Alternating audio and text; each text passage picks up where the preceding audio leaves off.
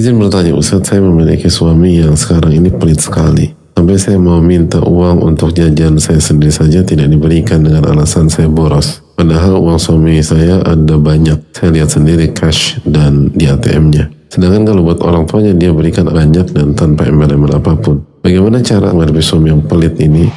Semoga ini masalahnya tentang waktu dan kepercayaan. Karena insya Allah suami kita nggak pelit. Buktinya sama orang tuanya dikasih. Kalau orang pelit kan sama-samanya pelit biasanya. Ini enggak, ini ada unsur lain. Tapi kita juga jangan baper. Jadi dia nggak percaya sama aku Ustaz. Nggak usah berpikir demikian. Kenapa nggak kita berpikir positif? Alhamdulillah suami saya nggak pelit. Karena kalau pelit sama orang tuanya juga diperlakukan seperti itu.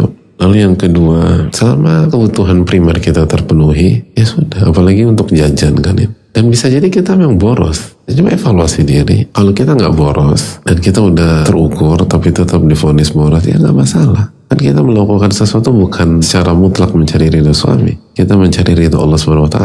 Lalu yang berikutnya, secara umum kalau kita tidak bergantung sama suami, kita bergantung kepada Allah. Lalu kita ridho dengan apa yang suami berikan. Lalu kita syukuri, walaupun dikasih sedikit segala macam, nggak lupa bilang terima kasih. Lalu kita penuhi seluruh hak suami semaksimal mungkin, insya Allah ke depan berubah. Lalu di manage, gimana cukup gitu loh. Dan kita nggak perlu kepoin uang suami saya banyak. Aku udah investigasi, aku udah buka-buka dompetnya, ada berangkas lagi Pak Ustadz gitu. Belum lagi yang ada di bawah kasur, nggak usah. Itu bukan urusan kita, itu urusan suami kita dan hartanya. Dan bukan harta kita. Kita punya harta aja ribet di hari kiamat. Kalau kita nggak benar-benar menggunakan, apalagi bukan harta kita. Dan ini menunjukkan bahwa rizki itu memang unik hadirin. Jadi kalau Allah takdirkan rezeki kita nih, hari ini makan nasi telur ceplok gitu lah. Jadi walaupun suami kita punya uang untuk memberikan kita Wagyu A5, tetap aja rezeki kita nasi telur ceplok. Nah kita tuh fokus, ya kan dia punya fulus banyak. Jangan berpikir itu, ini rezeki kita segitu.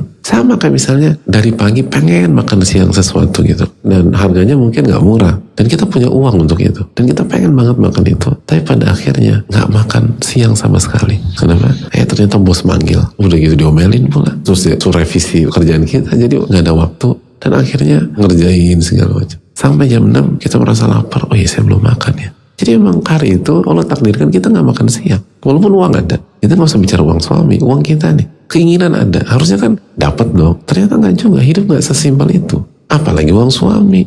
Aku pengen ini. Suamiku banyak uang. Masa aku gak dapat? Ya itu terlalu jauh. Yang dekat aja kita belum tentu dapat.